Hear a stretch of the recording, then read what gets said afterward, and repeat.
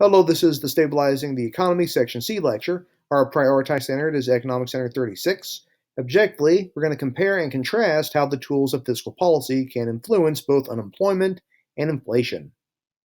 Marginal tax rates are the tax rates that the government can raise or lower. So whenever you hear a politician say they're going to lower your taxes, or hey, they're going to raise your taxes, they're talking about marginal tax rates. Those are the rates that can be raised and can be lowered. An expansionary fiscal policy will result in the lowering of marginal tax rates. So if they're lowering your taxes, with tax rates lowered, people will have more disposable income, therefore increasing aggregate demand. This decreases unemployment because now we have more production, which therefore means more jobs. But the inflation rate will actually increase. A restrictive fiscal policy will result in the raising of marginal tax rates. So if your taxes are increasing, so therefore with tax rates raised, people actually have less disposable income, therefore decreasing aggregate demand. And based on aggregate demand being decreased, this will actually reduce our inflation rates, but it'll actually increase the unemployment rate. Now, tax incentives are special tax breaks that the government gives to businesses to encourage them to invest in new capital. Now, these tax incentives are administered through what's called the investment tax credit, which permits firms to deduct from its corporate income taxes a percentage of the money that is spent on new capital. So in this instance, if there's a solar investment tax credit, basically that means that normally they have to pay $18,750 worth of taxes that year. But based on that tax credit, it actually takes money off of their tax bill. So now they actually end up having to pay less money in taxes because they actually invested in solar that year.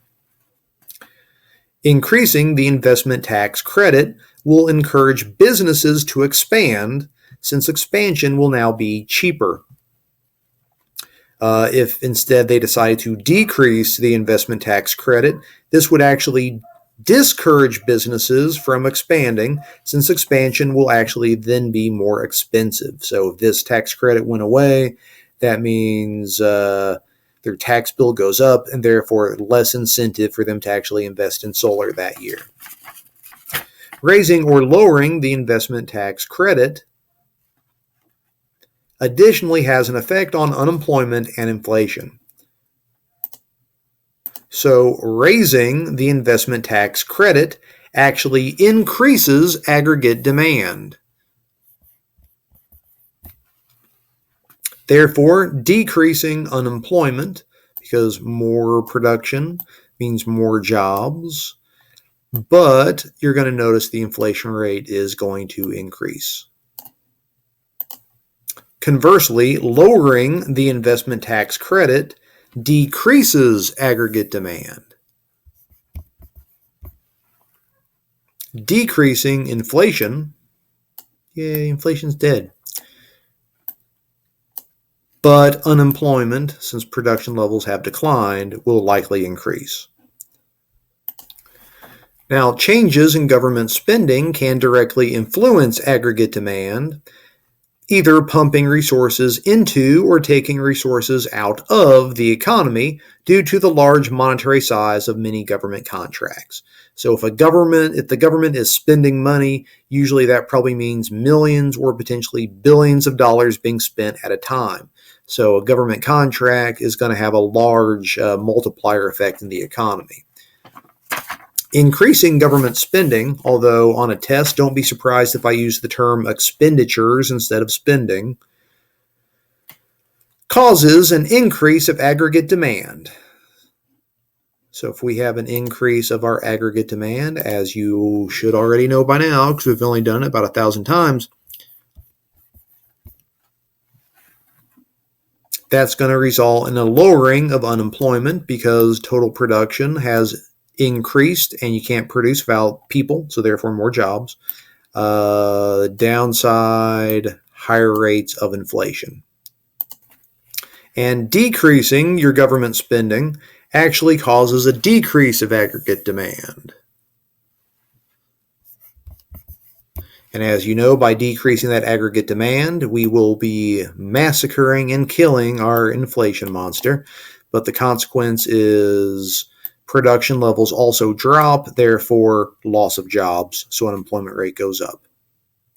Next tool of fiscal policy are public transfer payments, which are tax dollars that are redistributed to non-productive actors in the economy. By non-productive actor, that means nothing is actually sold in exchange for the payment.